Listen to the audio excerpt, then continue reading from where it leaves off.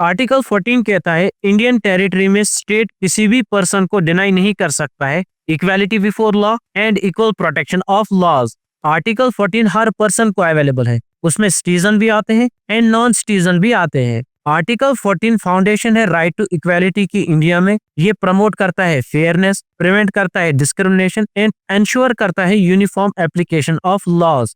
अगर explanation of article 14 देखें, इसमें 4 चीजें आती है। पहला स्टेट, दूसरा आता है एनी पर्सन, तीसरा आता है इक्वालिटी बिफोर लॉ एंड उसके बाद आता है इक्वल प्रोटेक्शन ऑफ लॉज। अगर इनको एक एक करके डिस्कस करें, पहला आता है स्टेट। स्टेट में central government, state government, parliament, legislature, local authorities आती है और कोई भी बॉडी जो फंक्शन करती है under the constitution of India. उसके बाद आता है एनी पर्सन, इसमें सिटीजन भी आते हैं, इसमें फॉरेनर भी आते हैं, इवन इसमें लीगल पर्सन्स भी आते हैं जैसे कंपनीज एंड कॉर्पोरेशंस।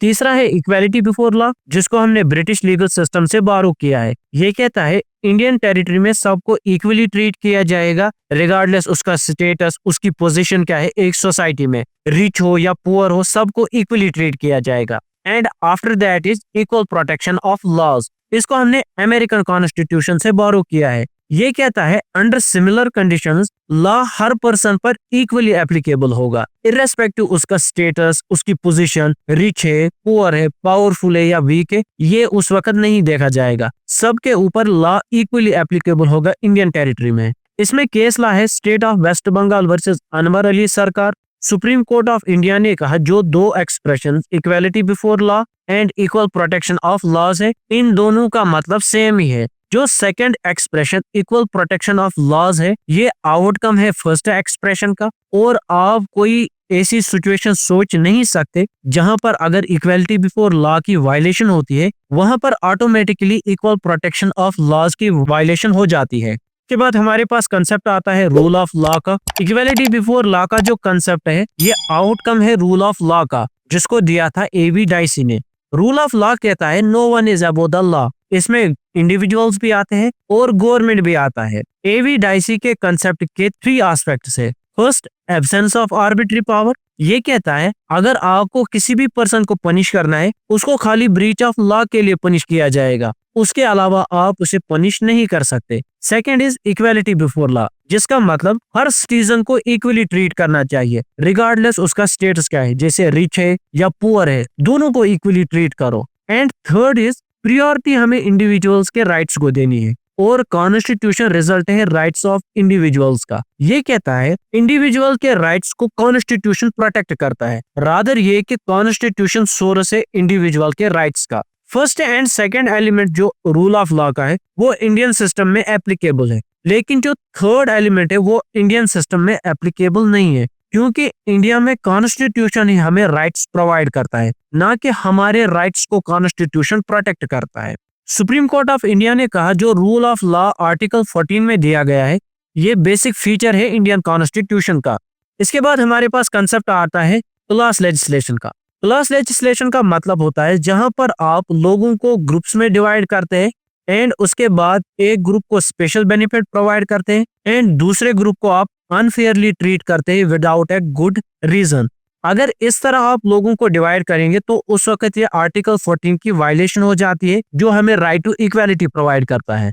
लेकिन अब अगर रीजनेबल क्लासिफिकेशन है जहां पर हम लोगों को डिवाइड करते हैं ग्रुप्स में और उनको डिफरेंटली ट्रीट करते हैं, लेकिन उस वक्त हमारे पास फेयर रीजन होता है उनको डिफरेंटली ट्रीट करने का, ये अलाउड है under article 14 of Indian constitution के।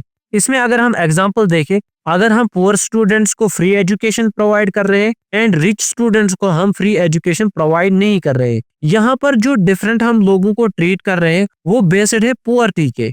ये वैलिड है under the article 14 of Indian constitution के। State of West Bengal versus Anwar Ali Sarkar के केस में सुप्रीम कोर्ट ने कहा रीजनेबल क्लासिफिकेशन के लिए कुछ रिक्वायरमेंट्स है। इसमें पहला है इंटेलिजिबल डिफरेंशिया, मतलब क्लियर एंड रीजनेबल डिफरेंस होने चाहिए जहां पर आप लोगों को ग्रुप्स में डिवाइड कर रहे हैं, जो गवर्नमेंट को मदद करेगा फेयर लॉज बनाने के लिए। और जो भी आप डिफरेंसेस बना रहे हैं वो अनफेयर नहीं होने चाहिए और रैंडम बेसिस पे नहीं होने चाहिए। जैसे अगर हम special reservation physically disable people को प्रोवाइड कर रहे हैं, यहाँ पर अगर हम इनको डिफरेंटली ट्रीट कर रहे हैं, यहाँ पर रीजन क्या है, physically disabled person, and second court ने कहा रेशनल नेक्सस, जिसका मतलब क्लियर एंड लॉजिकल कनेक्शन होना चाहिए goal of law and intelligible differentia के बीच में।